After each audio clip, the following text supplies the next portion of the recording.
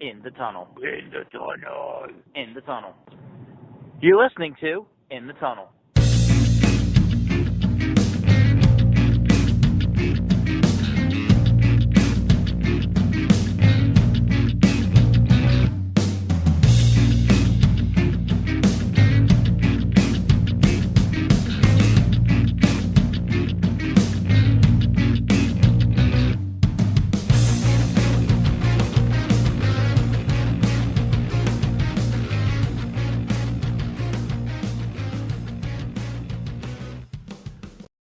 Hello and welcome to In the Tunnel, episode number 108.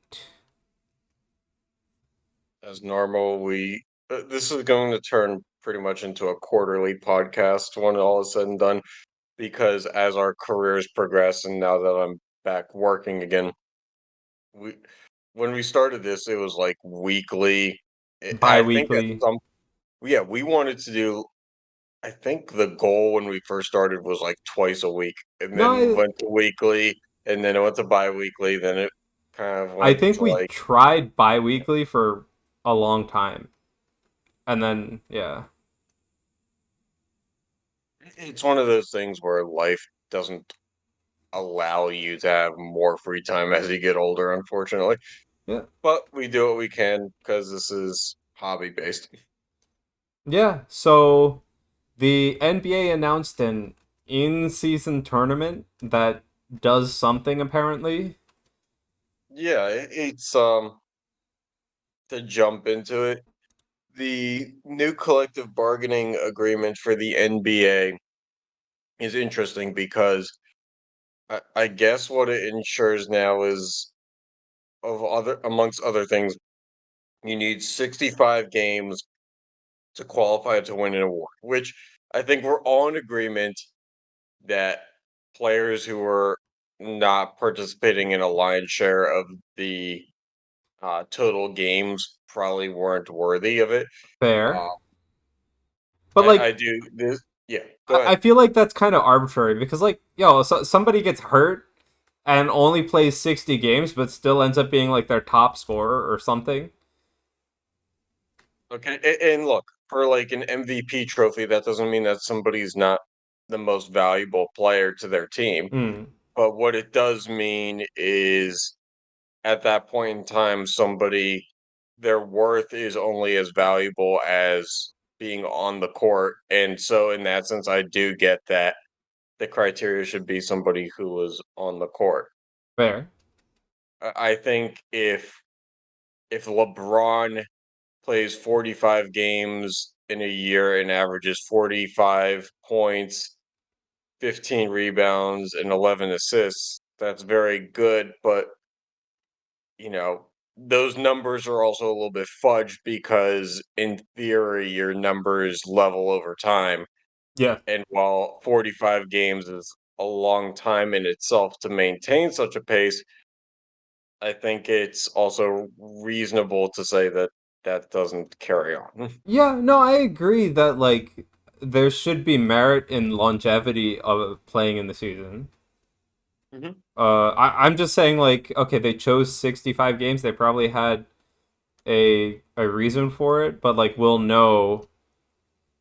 I mean, I'm assuming we'll find out what we think of it when we I get think to if any awards later. I think of anything, if anything, all it does is take a little bit more of the controversy out of it in some instances. Because I have to assume that at some, like, even behind the scenes when awards were being given out, like, there was some thinking of this. It just wasn't, like, set in stone. Right, but I think actually this year, having watched some of the finalists announced this year, with the collective bargaining agreement being discussed and then finalized in that same time period, it definitely shows this year that they were going with that criteria, because a lot of the people who were nominated or finalists for an award were very much players younger in their prime. Um, Not so much back end.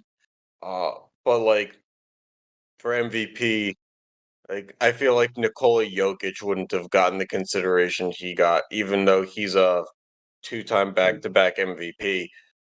Just how the league works is like I think you should be able to be discounted if you missed 20 games. That's a quarter of the season, and with how the NBA is stacked currently, the East is either really tight or the West is really tight. And every year it kind of like flip-flops.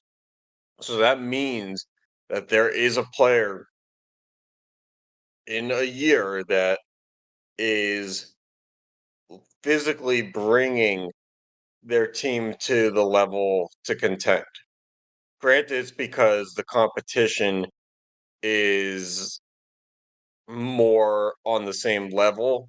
So, like, if Joel Embiid on the Sixers is a finalist and he's risen the game for of the Sixers in a year where the Eastern Conference 1 through 8 is not very different in the standings, then yeah, he probably deserves it more than Jokic in the Western Conference, where the Nuggets have it wrapped up, um, with 20 games left in the regular season.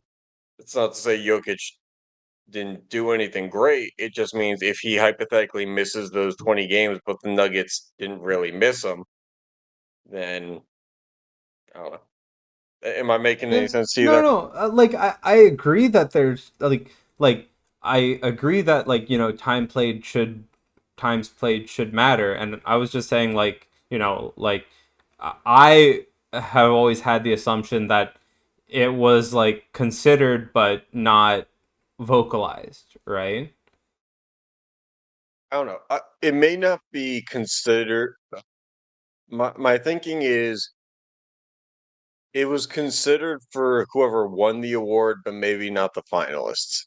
I Fair. think like last year, or maybe not last year, but like I think it was fair to say, especially I feel like with defensive player of the year, I feel like there was a lot of controversy in past years about because it's such a hard trophy to get your name on because there's only one trophy that looks at the defensive side of the ball. And so having elite metrics is very valuable defensively, but if you missed games, then your metrics are even stronger, like I said. So I don't know. I feel like making that final cut was where some parity was involved. I But think that's fair. All right, you want to talk anyway, about the format of this tournament and what it means for the NBA schedule going forward? yeah, so let's go through this. The league will be divided into six pools of five teams apiece. So we still have our 30 teams. So it's like soccer style where if you watch the World Cup, they get thrown in group A, B, C, whatever it is, and these teams will play each other and they'll be composed from the same conference, but that does not mean that they will be based on divisions. So now we're throwing out divisions and we're going to pool-based system, which that's the first thing that we'll have to adjust to because the NBA has never operated in this capacity. Um, on designated days during the first 6 weeks of the season, teams will play four group games. So now we're meshing in. We have regular season games, and then we have pool days of the week, and that means that a team will play each team in their pool once, with two games coming at home and two coming on the road. And then the winner of each of those six pools will advance to a single elimination stage along with two wild card teams. The exact method of determining the wild card teams has not been specified at this point. So then, at once the wild card and the pool winners have been established, then there are the semifinals and finals of the tournament, which will be held at a neutral site, which just feels like it's got to be like the bubble again. You can't do All Star Weekend type festivities here in theory. So somewhere between Yeah, bubble and March Madness definitely. without the football stadium. Um, and then the players on the winning tournament team receive 500K piece. Um, and so now we're looking at the NBA schedule, including 80 games apiece for each team. So we go from 82 regular season games to 80, because pool games are now in consideration, and then some teams will finish with 83 games, um, and some will finish with 81, 82. Which this all just seems like a way to fuck up the playoff seeding for when it's actual NBA playoffs. But Because like when they we're really looking should at just percentage discount points, the pool games from the regular season standings. I feel like. yeah, that's not Because my problem with then this, to be but honest with then you. because if they discount the pool games from the regular season standings, then they get even number of games for everybody, right? Well, yeah, but the problem here is, pool games aside or not, what exactly does this do for the NBA? Because it I feel like if you separate pool games from the regular season, we're now separating the idea of the NBA season from an in-season tournament in itself, in a way that, I mean, we talked about this the other day when we were planning the episode.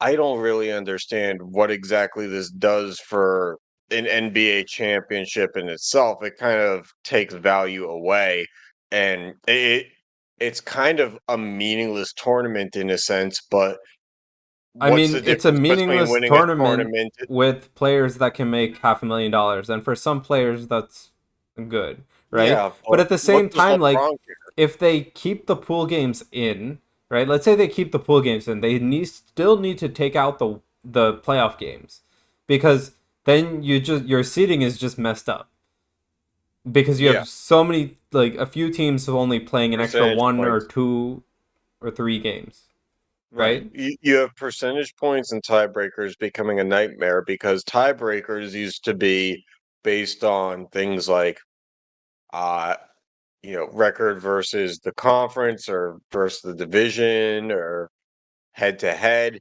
And now with the introduction of pool games, you will play certain teams more frequently. So when you have a tiebreaker that's head to head with somebody in your own division for like the last two spots in the playoffs, well, you played that team, way more. Um, which I get divisionally now. You play the teams in your division more anyway. You play them what, three, four, five times. Um, And the pool is just another form of division, right? That's it. in theory, but what it's doing is, I don't know. It feels like it's designating too much of separation between them. I If that mean, makes like this is the NBA we live in now, right? So it is what it is. It's gonna do what it's gonna This do. was the reason why I never got into soccer. I never like, I get relegation, I get promotion, but it just like, the whole system with, you can advance with a draw and stuff like that just didn't seem right. And now we're kind of like moving towards that. Like, I granted, mean, basketball is you a game where you also can't really look at draw, hockey but where we had ties as a possibility for the longest time.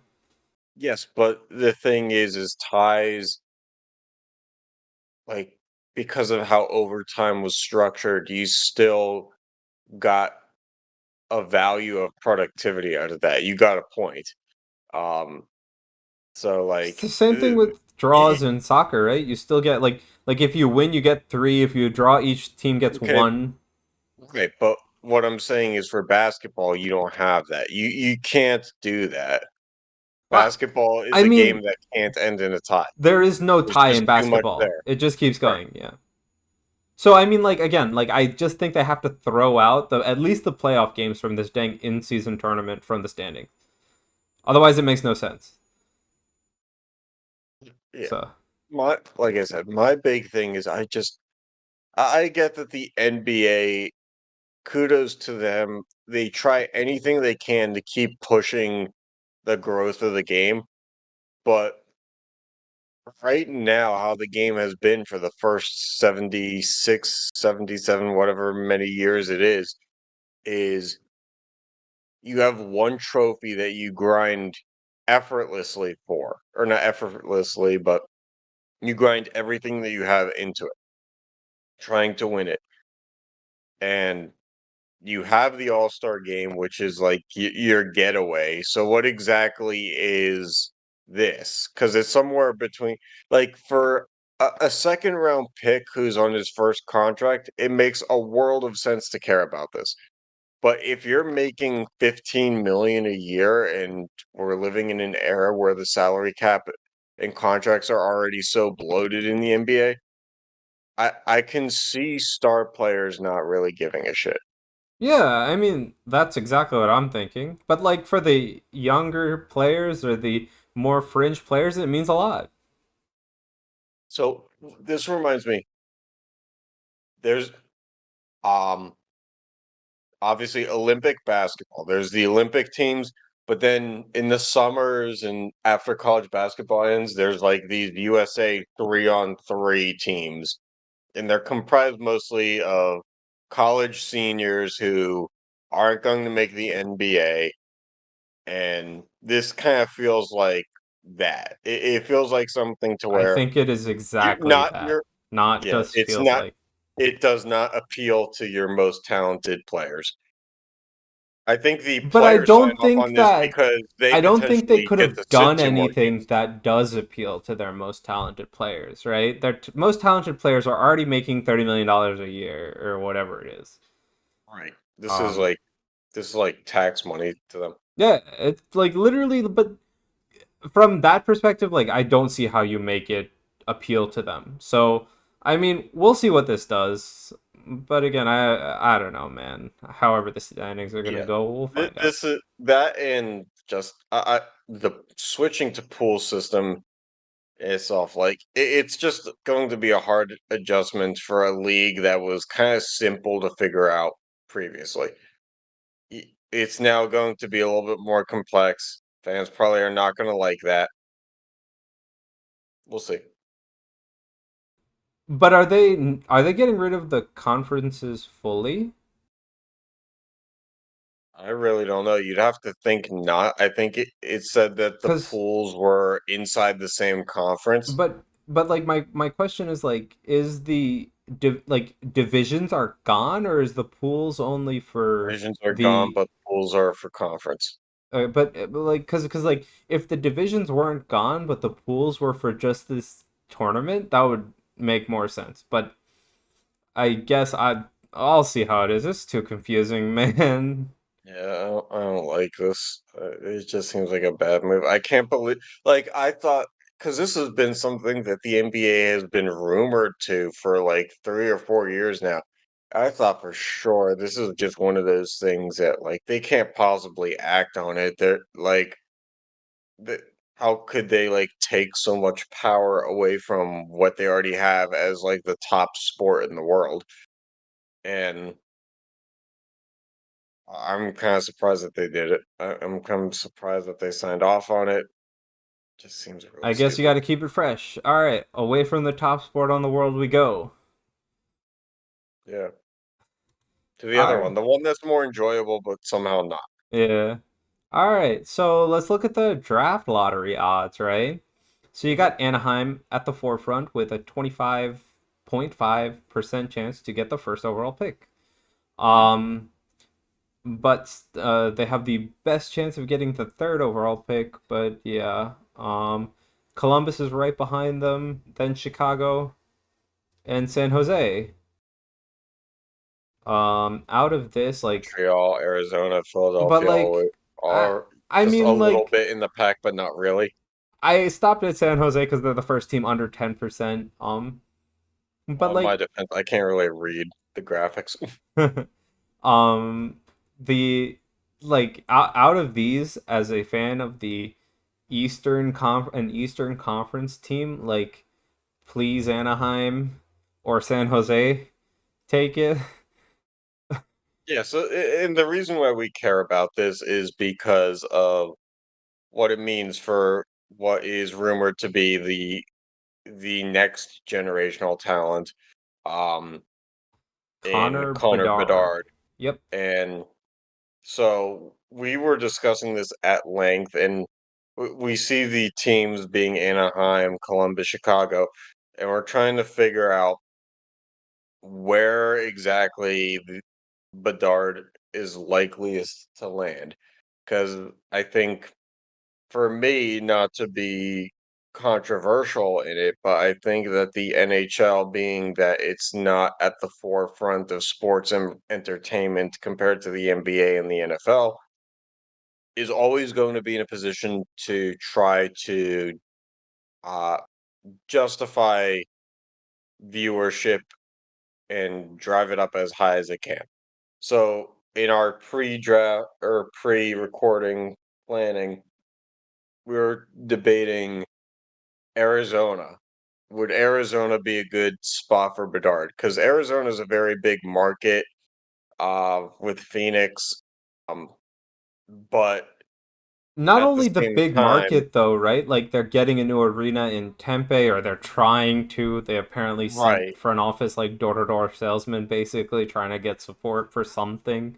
I don't right. But know. we kept going back and forth because with the Coyotes in Arizona, it's that back and forth of, well, the state really, like, everybody down there has kind of shown over the past 20 years that they don't really care.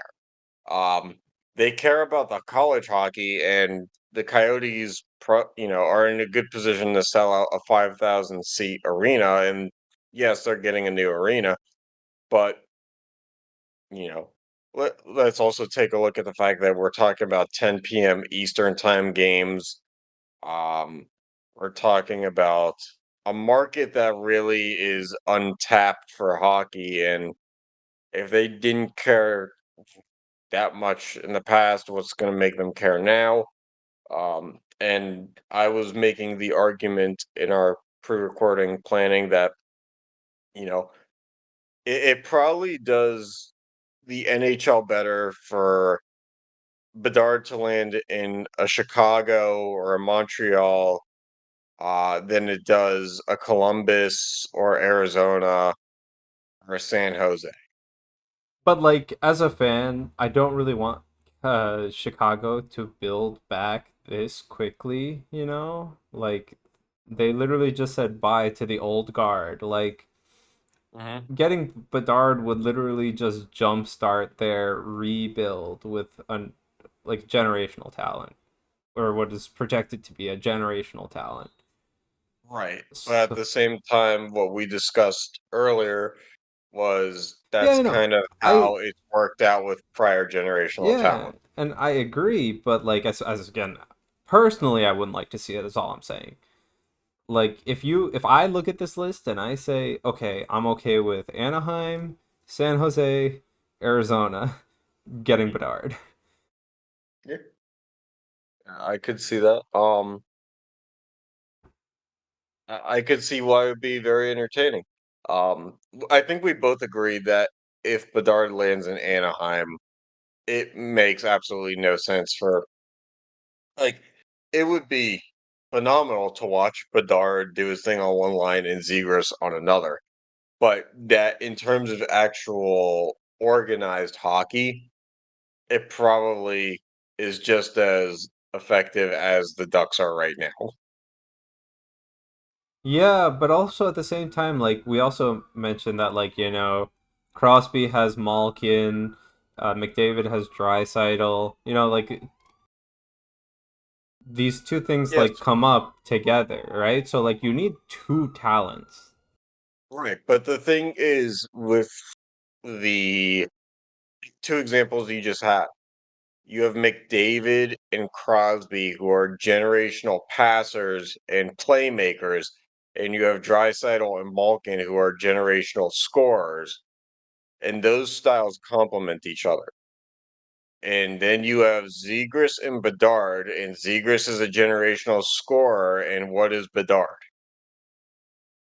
I mean, I agree, but I I mean, mean, this is like in basketball terms when they say there's only one ball. Like when you have James Harden and you have Kevin Durant and Kyrie Irving, and they say, well, there's only one ball. How are they all going to get their touches? Okay, well, hockey works a little bit different because of how lines work, but there's still only one puck. So when the Ducks are down one or down two, and they have to change lines and they have to put both these guys out on the same line, you know, there's not a lot of guys who are going to get somebody open for somebody else to score here because these are guys who create their own shot and just kind of display others. yeah, no, I agree. But like at the same time, it also shows that like there's always it's never just one player that does something in hockey, right? Like I always make the comparison, right? Like in basketball, you only have five players out at any time, right? Mhm. And that means that one player has a lot more impact than a single player in hockey, right? Because you have 18 players on that bench, and max your one player is getting like 25 minutes Mhm. of your 60-minute game. So even like in Anaheim's case, if they do have like two generational players, like splitting their lines, if splitting their lines works, like one gets first line, one gets second line, they both get the same amount of minutes anyway. Like it would make sense, obviously. And that's why I give the I don't give the example of, you know, first period kind of stuff. I give the when you need a goal, how do you get it kind of scenario But I instead mean, because like the thing is, right? You always it's yes, there is a line you prefer because you have your better face-off guy on that line or somebody's hot or whatever, right? But a team is still a team, right? Like it could work. I'm not saying you're wrong. I'm just saying like it could work that way. Um so let's talk plug and play. Bedard obviously is plug and play wherever he goes, but which system does he benefit most in? uh I mean, I don't know. Like if you're looking at systems, you're probably looking at like Ch- Chicago, I guess. Okay. I mean, Chicago kind of lacks an identity too, But so like like he can literally do anything, right? Like, at least that's what he's being advertised as, right? Like Mhm. they lack an identity, but they want somebody to build around, right? So Bedard is immediately that person to build around. They can make an identity, right? That's what I'm thinking. At least when you ask me that.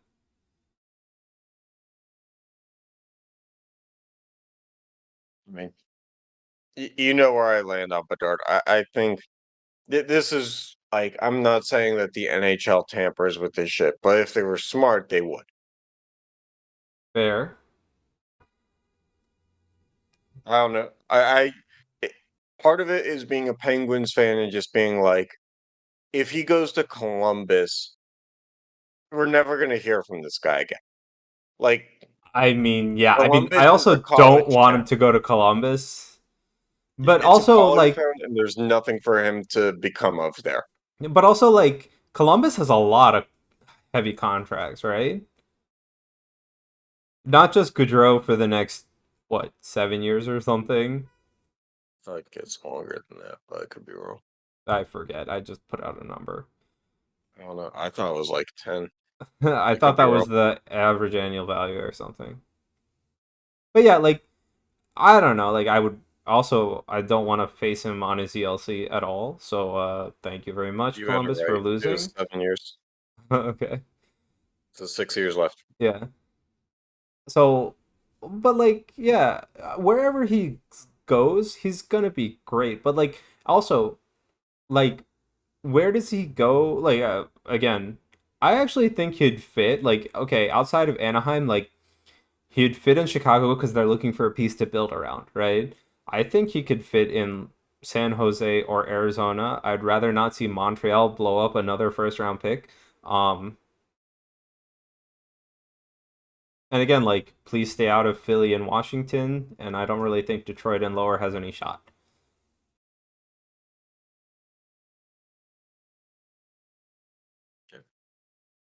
All right.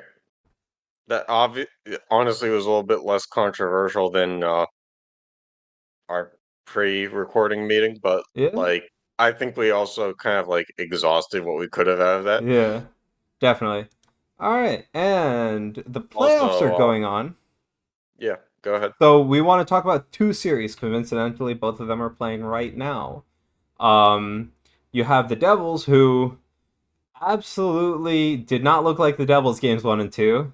Game 3, they had some life. Game 4, they actually played their game, and Game 5 is currently going on. And last I checked, it was 2-0. But ESPN and NHL app are not updating you, so good luck.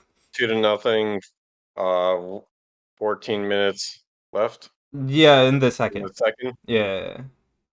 Have it playing now. 14 minutes left in the second. Yep. I'll Exactly. keep you updated I here, don't Sean. know. I have it. I'm just saying, like, the apps are not technically updating you. It Well, still says there's 20 minutes. I'm Yeah. watching it through ESPN's app. Yeah, I have it on. Also, sorry to break up the story here. Bryce Young, #1 overall pick to the Carolina Panthers, Yeah. and then CJ Stroud went #2, and then Anthony Richardson went #4, which is crazy because a lot of people had him like at the bottom of the first round. Yeah, that's a little weird. The Okay. the Colts really reaching for a quarterback. Yeah, I guess, but like, what are you gonna do if you need a quarterback? I guess. Um, Yeah, I guess. but yeah, so the Devils have such an weird first playoff series. Obviously they're playing pretty well right now, being up 2-0. Um, the thing is, like, it was looking like, as a Devils fan, it was looking really bad. It looks like they didn't have any speed. It looks like a lot of things. But you know, we have Jack Hughes. He produces, I guess. And Palat got his first playoff goal of this playoffs. Or no, the last one was empty net. Sorry, his actual first 5-on-5 one. Mhm. Uh, and it just shows you, like, all these series have been so close, and a lot of people thought that this series would be very physical, a lot of penalties because Hudson River rivalry, but like it's just been in the ebb and flow of the game, I guess. Because you also have on the other side, the Rangers like literally went out guns blazing, first two games, and the next two games at MSG, it's not been their cup of tea, I guess, and we'll see how this game Yeah. ends. But yeah, So, how did it make you feel as a Devils fan? Did you have any sense of worry when you guys had home ice advantage and immediately dropped the first two to the Rangers? Because I get that considering home ice it advantage Hudson is a it. disadvantage to the Devils, not Mhm. really. Well, I also get that like Hudson River rivalry or whatever. Like you guys are so like there's not a lot of miles that separate these teams physically. Yeah. So like Also, I get that home ice doesn't always mean as much because you have visiting team yeah. crowds traveling regardless. That's Also, just our tickets were like less than Rangers tickets, so like you have a lot of Rangers fans at Devils games. Also, like the Devils are statistically better on the road by quite a large margin. yeah, but you So, can also kind of throw that out because like this is the one series where like the Devils are never going to be in a New York City hotel. They're just going yeah, to be but where they are. also, is it gonna be like they're not playing at like a home arena because of the abundance of Rangers fans, right? Like, there's also Right. that, like, technically, like, even though we're home, That's the same at home is what you're saying. yeah, like I'm saying is, like, we're basically playing, like, like the amount of So fans what's for the each difference team. between home and away? So how can you say, well, we're a better road team against the Rangers? It's the same Oh, no, no, people. but like when, like, I don't know, when the Devils step into a different building, it's like they're a different team. But at the same time, like, That should the concern you. crowd was definitely like you definitely heard like Rangers chants in the crowd on games 1 and 2. Like there was no getting around that, right? Hmm. And while home, I don't really think home and away means much this series. It literally looked like a different Devils team stepped into game 3, and it looks like they've been pretty good game 5 coming back, so they didn't lose it. Uh, yeah. Anything you want to say? Nope, my team isn't in it for the first time in 17 years, and honestly, I'm okay Isn't with it. this the first time the Capitals and the Penguins have not made it in more than that? Oh no, I don't concern myself with the Capitals. Good. Okay. At this look, a lot of people think it's a rivalry, but even though we lost to the Capitals last time we were in the playoffs, you can look at history and know that it's only a rivalry in the regular season. We own them in the playoffs. No, but like it's just a weird playoffs because like for the past like more than 2 decades, I think there has at least been the Capitals or the Penguins in the playoffs. Like, Well, you know where I stand with the Penguins. I yeah, thought that they shouldn't have brought back Letang last year. I was open to them bringing back Malkin on like a 2 or 3 year deal. I didn't think that 6 years for their two 35-year-old players was necessarily smart, but they did it. And then they further went into cap hell, and now they're going through a regime change yeah. because yeah, Ron Hextall is really just a stupid motherfucker. But I don't know. I All think that right, the yeah. Penguins are doomed for years I to mean, come. it would have been They have cool. no money. It would have been cool if the Penguins made it because we would No have one. had an in-person episode. Well, Uh, yeah, if they played each other, but it was look. This is how I was telling people around me was because it was a fight for who was going to play Boston, and knowing that Boston traditionally kicks the Penguins' ass in the playoffs with relative ease. All it was going to be was 2 more home games for the Penguins. That's all it true. was. The Yeah, season was going to last like 8 days longer. true. But We knew actually, that their I'm ass was going to actually get kicked hard. yeah, and the teams in the playoffs, right? There was no sweep, which is amazing. Uh, so I'm actually happy about that. Anyway, on Yeah, to I the think the Florida Panthers are giving Boston a great yeah. chance. I also think that talking to a couple buddies who are Islanders fans, I think the Islanders landed in the best situation that they could because 7 teams that did not make the playoffs score better in the regular season than the Islanders, and the Islanders made it, and they just happened to face one of the teams that pretty much scores Plays the same exactly amount of like they goals. do. And Yeah. I think if the Islanders move on to the next round, they are going to get their ass kicked. They are not a good team. Yeah. But we'll see. And hopefully it's a Devil's Islander series, if you know what I mean. Oh yeah, well, you don't want to not have any games that are I don't know more than 40 miles apart before the Stanley Cup Finals. Yeah, I know, right? Yeah, anyway, on to the Wouldn't other do you any game. good to have any jet lag. Yeah, on to the other game also going on right now. This game has turned out to be a literal slugfest. I'm gonna I let you take this one. I just don't understand like the amount of penalties flying back and forth, the amount of pretty pretty off hits, like I understand it's a physical game. Vasilevsky saying he needs effing x-ray glasses just to see the puck. Like You going on in the Devils game right now. Who's number 88? Ball is if it's Oh, on the Devils, it's Ball. he's kicking Barkley Goodrow's ass right now. Nice. But yeah, like the this game has been the slugfest that we expected the Hudson River rivalry to be in terms of physicality and over physicality, right? You had Bunting just be suspended 3 games. He's not coming back for this series, I don't think.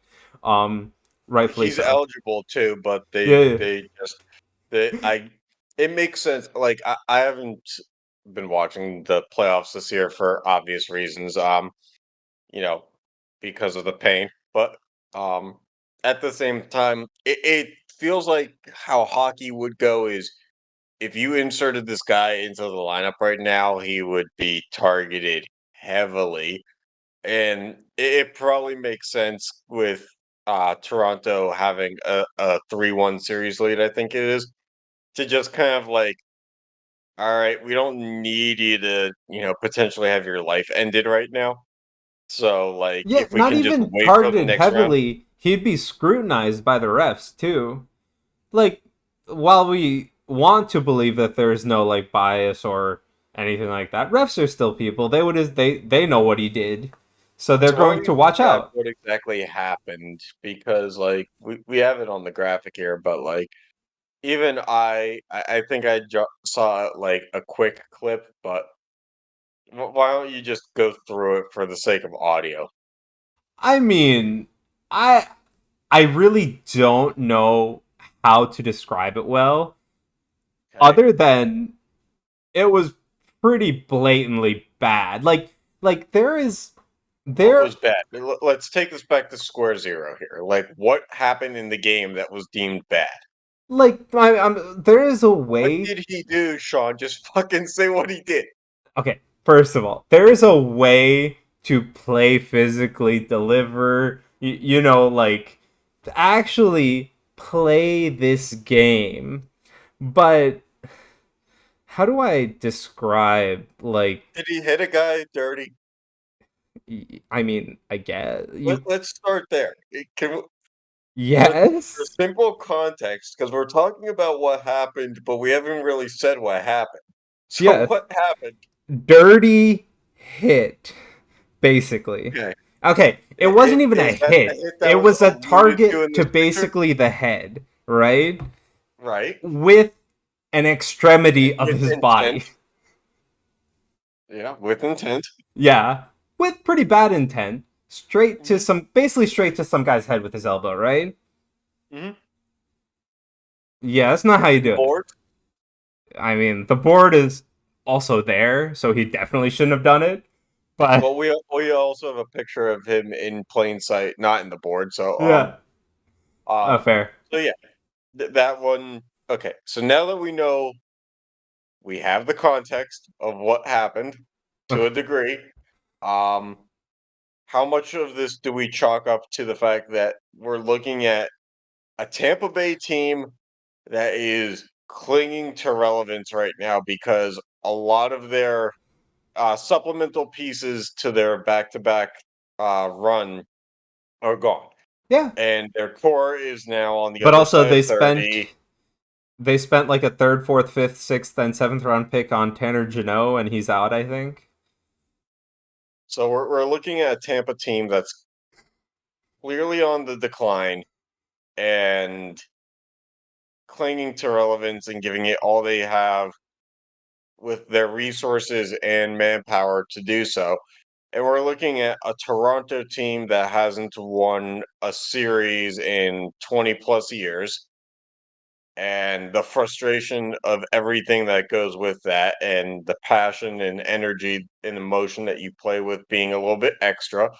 Um, I mean, there's passion and Not emotion, justifying and then this. there's that. Okay, Yeah, we're, like, we're not justifying hits, but at the same time, know that Toronto is a tough town to play in. 2-on-1 rush for the Devils, and a score. It's 3-0. yep, It is Mercer, yep. 91. 91 Mercer. 2-on-1 rush. You got to capitalize on those, and they did. He did the Yager salute to the bench. Yeah, the Devils like Well, their salute that's a little bit rough sellies. for the first round. You wait till Hey, at it least the is conference the final. Rangers Devils. There's no. It was a mini Yager salute. I'll give Yeah. him that. But like, Yep. you guys only had him for a year and a half. Like, let's get real. Yeah. Yeah, but anyway, like this guy, like it was pretty blatant. And I mean, okay, he's definitely not coming back to the lineup this round. Rightfully so, because of how they're playing without him. Uh They basically like So I know you say that the refs contribute to the how this is going to go down no, I'm just saying when that he like potentially returns, but at what point is it reasonable for him to return? Because I the mean, refs certainly I'm aren't going just to saying forget. that there is some bias, right? Like, while that we try and they will try not to have bias in the games, right? Like, there is some bias. We can't deny that. Mhm. So does it? And with the way that both the team is playing without him, and I forget exactly who replaced him, but he's been having a phenomenal series since then. Uh, it doesn't make sense for him to come back, and I mean, I still think like he's coming back next round. I think just first game next round. Well, I guess I was just asking because at least how I know with the NBA, and I imagine it's true in the NHL, they have ref crews, and it shouldn't be the same refs No, it isn't. every game in the series. I It don't think should so. rotate. It rotates, but So they talk the to each same other. eyes that They saw watch the it games. whenever it happened, Yeah, yeah. But the same eyes should not be the same eyes you see it the next day. It should be a more impartial crew than a crew that's looking for a makeup call.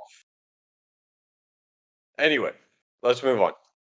yeah. I mean, I agree. But to an extent, like it's also probably not what the fans want to see anyway, right? Do the fans really want to see Bunting when the rest of the team is playing phenomenally without him?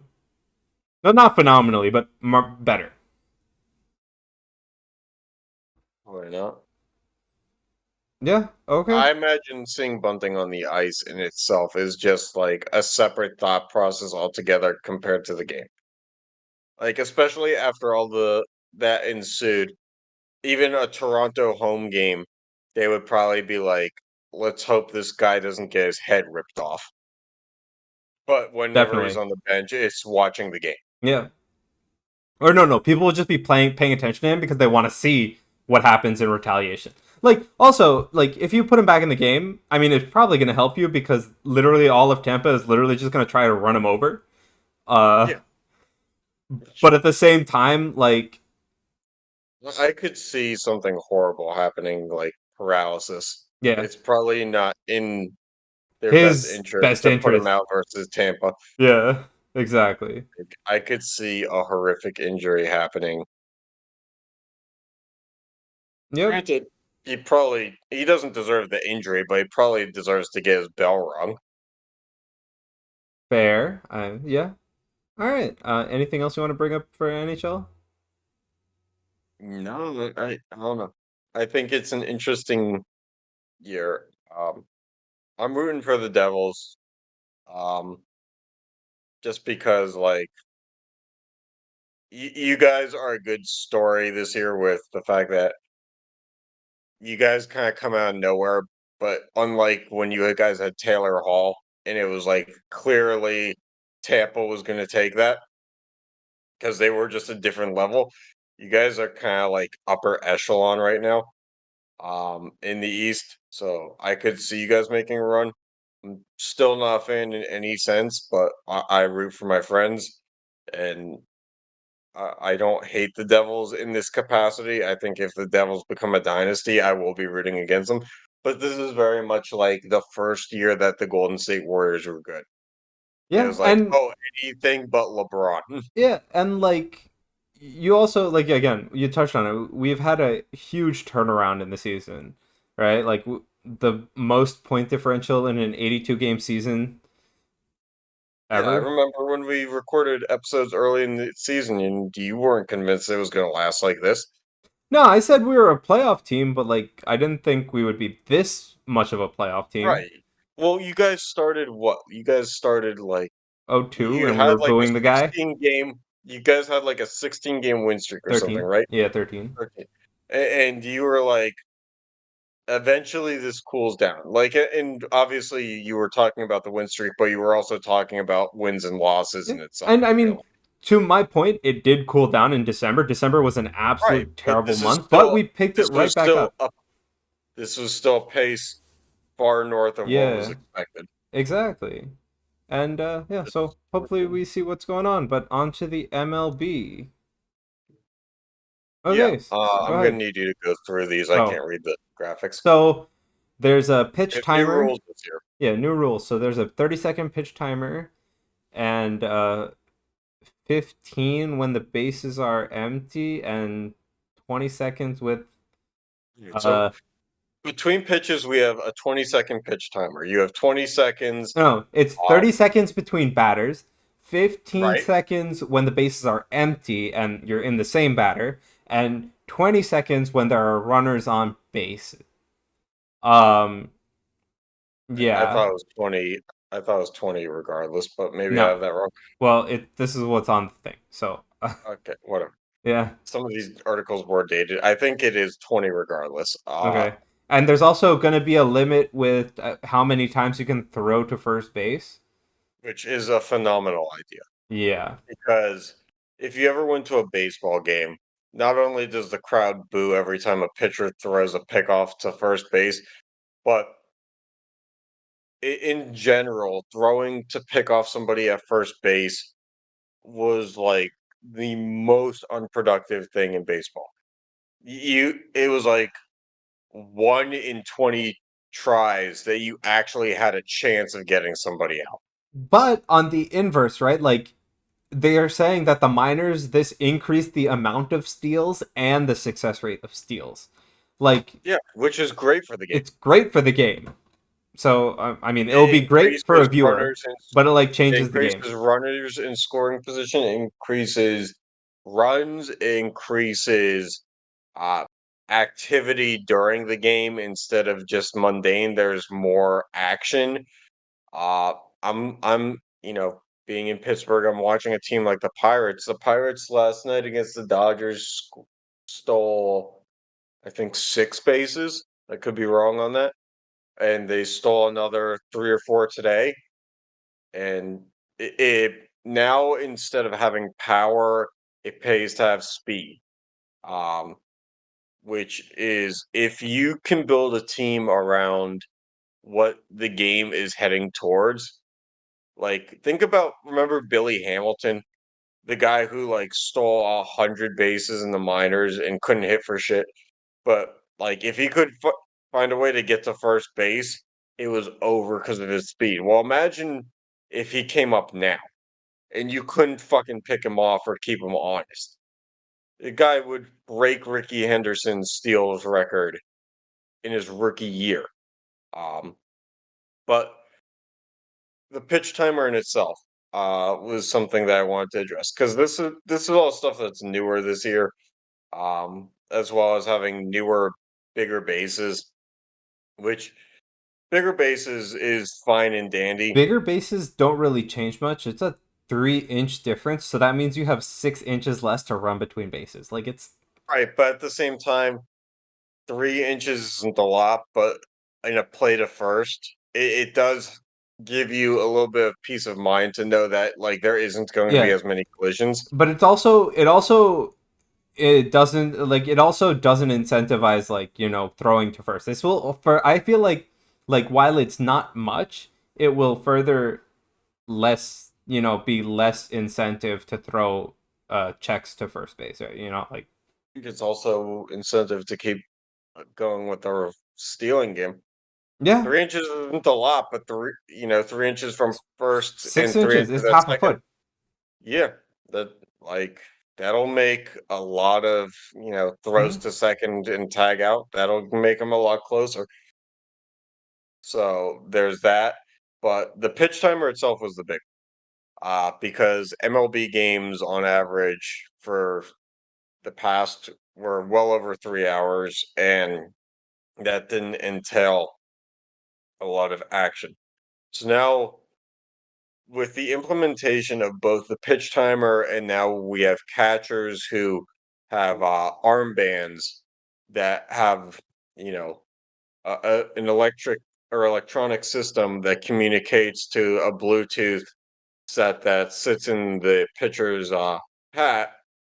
We don't have to do the whole signs Choose a to, pitch, go through all the right, signs 30 shake it times. off. Yeah. we have, kind of you press a button, here we go. And I think the reception has been that a lot of old heads are not going to like the changes in baseball, but I've not heard or seen anybody react poorly to this. I thought that at first 20 seconds between pitches was going to fuck up a bunch of people's you know, tendencies because of growing up, going through minors, college, whatever it may be. You have set routines and those routines are diminished, but it's working out incredibly. I think good teams that have good pitching aren't really seeing the quality of pitching go down. Um, like even the Pirates, they're not giving up a ton of runs right now because they have, knock on wood, to this point in the season, a decent pitching staff. But that doesn't mean anything in terms Anyway, like we thought that the scoring was going to change here because I mean, and it has to a it is. degree, but It's going to. I mean, I think when you incentivize stealing, you'll have more dynamic plays. At least if it we doesn't. also have the limits to the shift.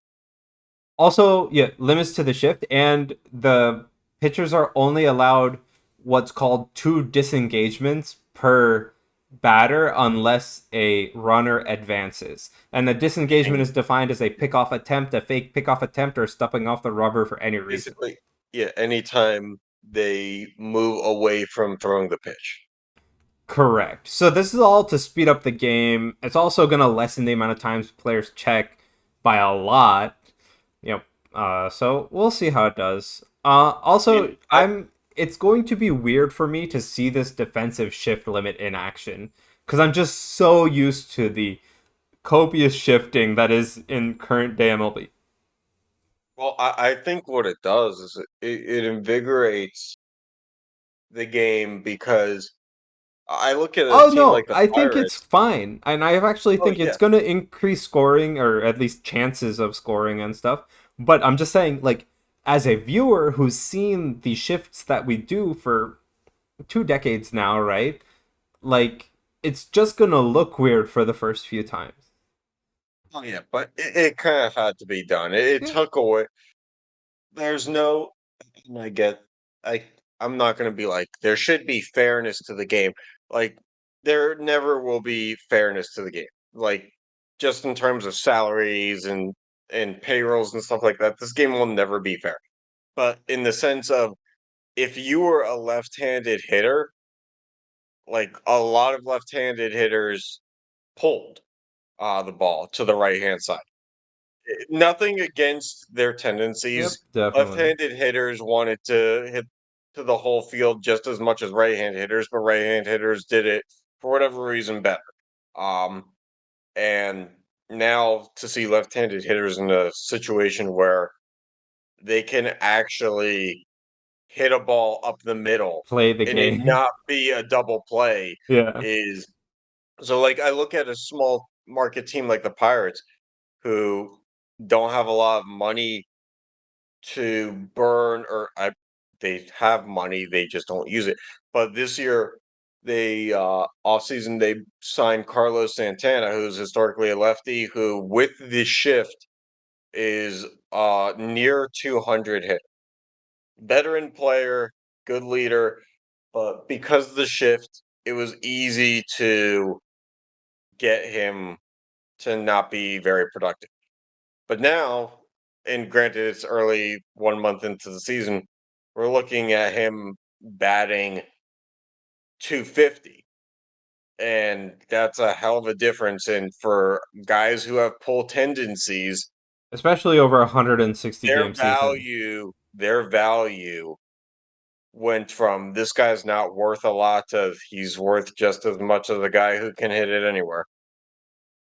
Yeah, especially for like 100. You have to remember, baseball season is long. There's a lot of games. So 200 to 250 over 160 some game season is a lot.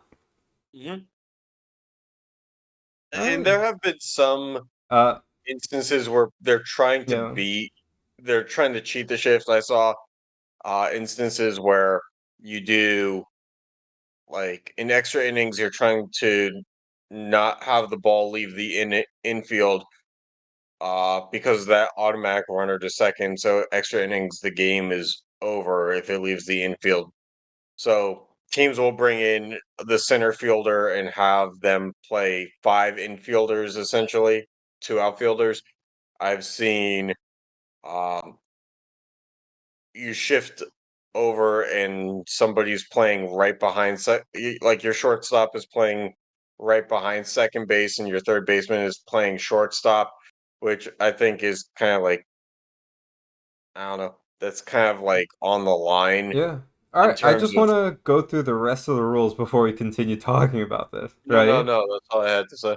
Uh, but like, yeah. So there's now a uh designated pinch runner whom they can utilize for the entire Whoa, whoa, whoa, game. whoa, whoa. This is different. This is so as part of the MLB after introducing these rules, they're using the Atlantic League, which Sean and I know, our beloved Somerset Patriots used to be Yep. in the Atlantic League before they got absorbed by the Yankees, Yep. which was an independent league, meaning no affiliation to any prospects who were going to the majors. It's just kind of like a professional but amateur level. So the MLB has invested in using this league as a test league. So these Yep. are rules that Yeah. the MLB is looking into potentially implementing down the road. Yeah, so they're testing designated pinch runners, so you can basically designate one player in your roster to be a pinch runner the entire time. Uh you also have they're testing only one uh disengagement per batter, and then Mhm. they're also testing losing your DH if your starting pitcher Right. doesn't make This it is the 5 big one. innings, which This is the big one. I am all for actually. But at the same I time, am not. actually, it's like it kind of feels bad. Your starter makes it 4 2/3. There's thrown 100 and something pitches. It feels so bad. Right. And I'm not for this just because we went you're a fan of an American League team. You're a Yankees fan, Yep. and the DH has been part of your fandom forever. And as a Pirates fan, the DH has been a part of my fandom for I think 2 years now, maybe three. And right now, if this were to be implemented, this is no better than saying that we're basically just going back to uh, the pitcher batting. And having the pitcher bat in itself was horrible. It was basically you knew that you could, yeah, but you could know that there were three outs. You could have the bases loaded and two outs and the whole crowd behind, and you knew once that pitcher walked up, he was going to take three pitches right down the pipe, and that inning was over, despite whatever momentum you had. So Yep. the fact that we just went to Universal DH, which is seemingly very well received and everybody seems to enjoy, I and mean, it's doing also, great things for offense. And now we're going to talk about taking it away because of the pitcher. yeah, and also it does not really incentivize scoring in the other way. Like the rest of these rules are to make more scoring or faster games, which also technically incentivizes more scoring. I mean, the game This will be does the faster opposite. for the pitcher not looking to swing, but No, no, no. This does the opposite though, right? You literally have one dead batter. Like it doesn't do what the rest of the new rules are aiming to do in the slightest. right, and it doesn't do what the trajectory of Major League Baseball has been moving towards in the past 10 years. Yeah. So I mean, I like it cuz it would be something cool and different, but at the same time like I don't think the MLB should actually do it. Mhm. All I right. think it's just weird because we went from an MLB that was very much like juiced baseballs were the only way to make the game fun. It's like now we look at it and it was like we really just needed a pitch clock. It really just needed limited pickoffs. Like small ball I is still mean, very entertaining. I'm still like I'm it's still hard for me to sit and watch a full baseball game unless I'm at the baseball game. But that's not being said. Like I can watch more of it in one sitting, but I've because it watched goes every pink. faster. I've watched every Pirates game.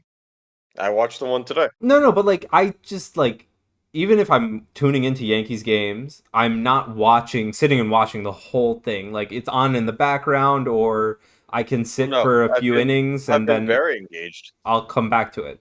So, but I've been like very engaged, and that's not because the Penguins are out of the playoffs. It's the game is just constant activity now. and you guys signed somebody for over $1 million for the first time ever or something like that. We signed a 43-year-old for $8 million, and also we signed a player for over $100 million, Oh not yeah, just a million, that over what I a meant. 100 million. $100 million. Yep. The biggest contract we ever signed by like 40 million. Yeah. That's how sad it was before that was a guy barely made 70. Yep.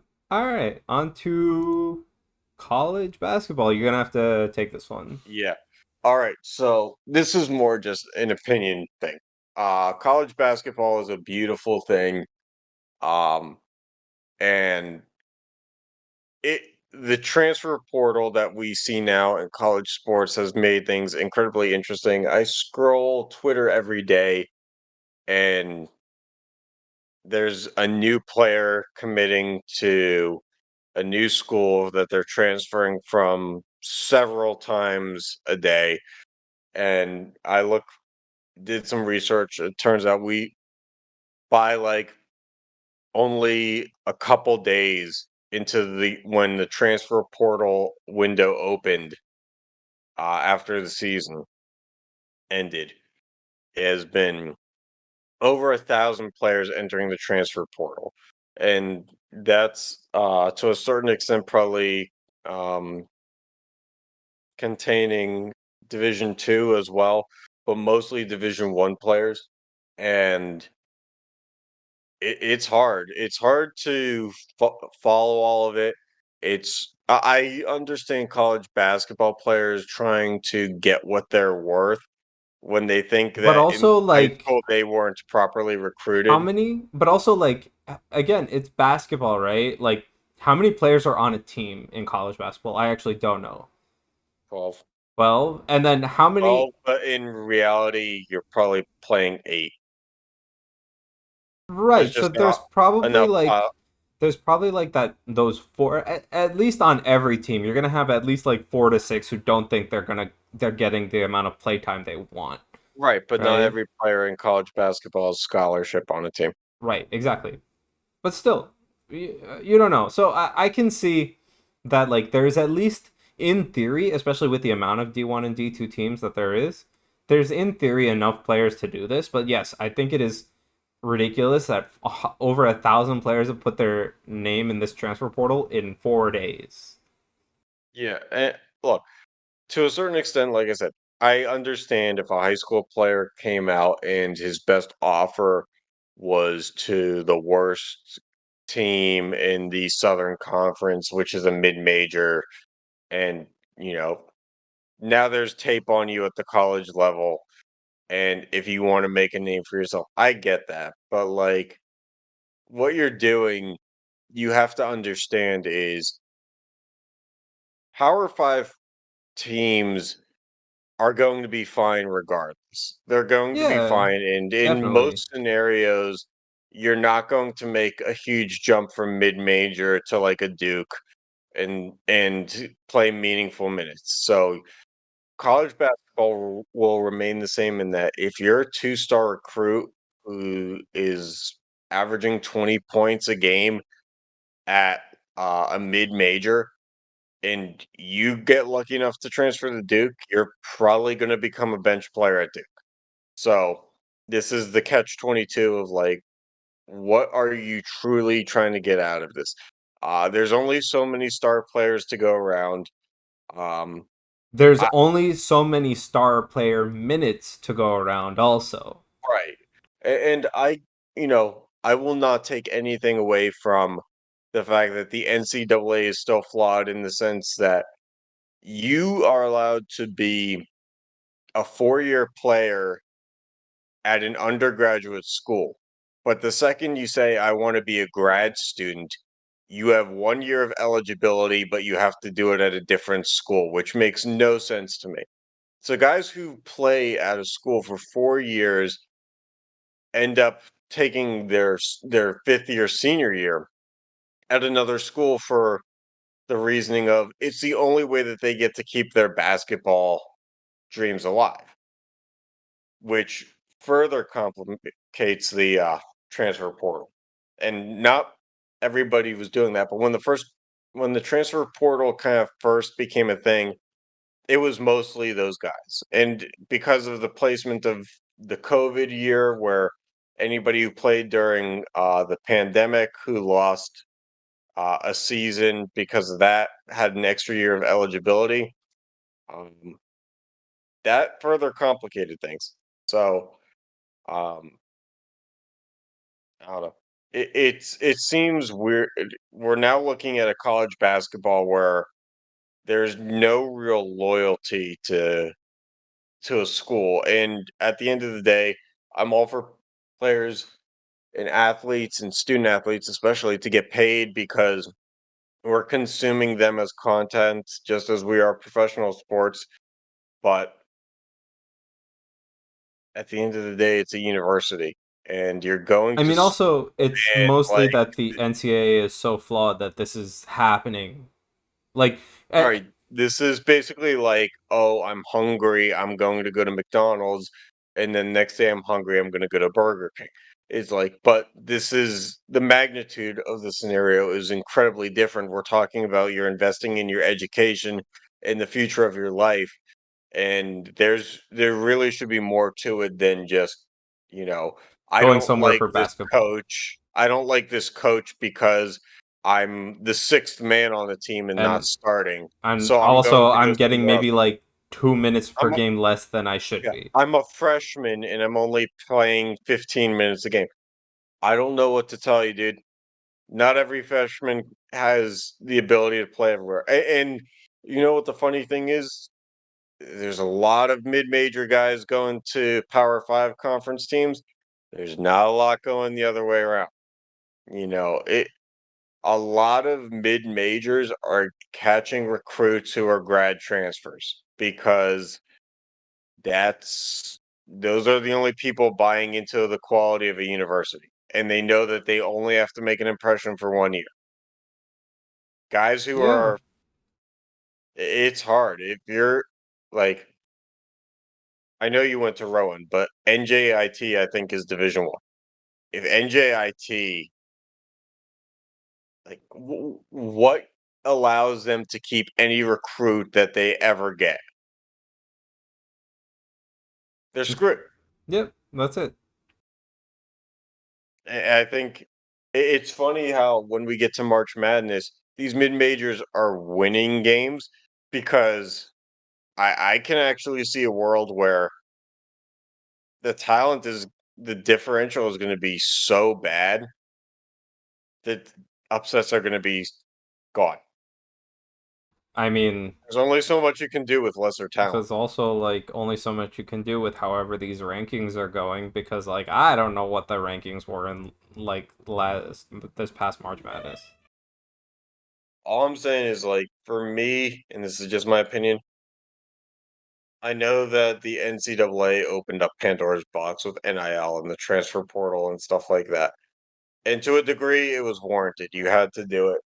But at the same time, you got to put restrictions on some of the stuff. Like, these are schools, and the fact of the matter is, if you're giving scholarships to people, and that scholarship money is going to athletes, which, yeah, I know it's budgeted and dedicated to athletics already, but there's there's just as much of a deserving athletic person there who deserves a scholarship already, and it's going to be given to somebody who is just going to bail in a year. Yep. All right. Uh, Anything else you want to say before we sign off? No, there's some shit going down in the parking lot, and I just hope it's not getting captured in the recording because I don't know. But yeah, I will actually do have one thing to say. Because we are a hiatus-based podcast at this point, and we take time between episodes to make sure that life is going okay. I just want to let people know that we have seen, we get notified of our numbers on a weekly basis, and thank you to everybody who's been downloading in the interim because we were actually surprised that our numbers kind of like skyrocketed in between episodes. We had a few weeks there where we had, you know, a significant spike in our downloads, and that makes us want to keep creating this and keep putting out there, knowing that there are people who enjoy what we're doing, and we're going to keep doing that. We do this just as a hobby, but it's great to know that we're two fairly introverted people, and we don't do the best job in promoting this. We don't put a lot of money behind it. Um, but it's just nice to know that we have a working process. Yeah, definitely. And again, as we have time, we'll continue producing. So thanks for tuning in, and we'll catch you next time.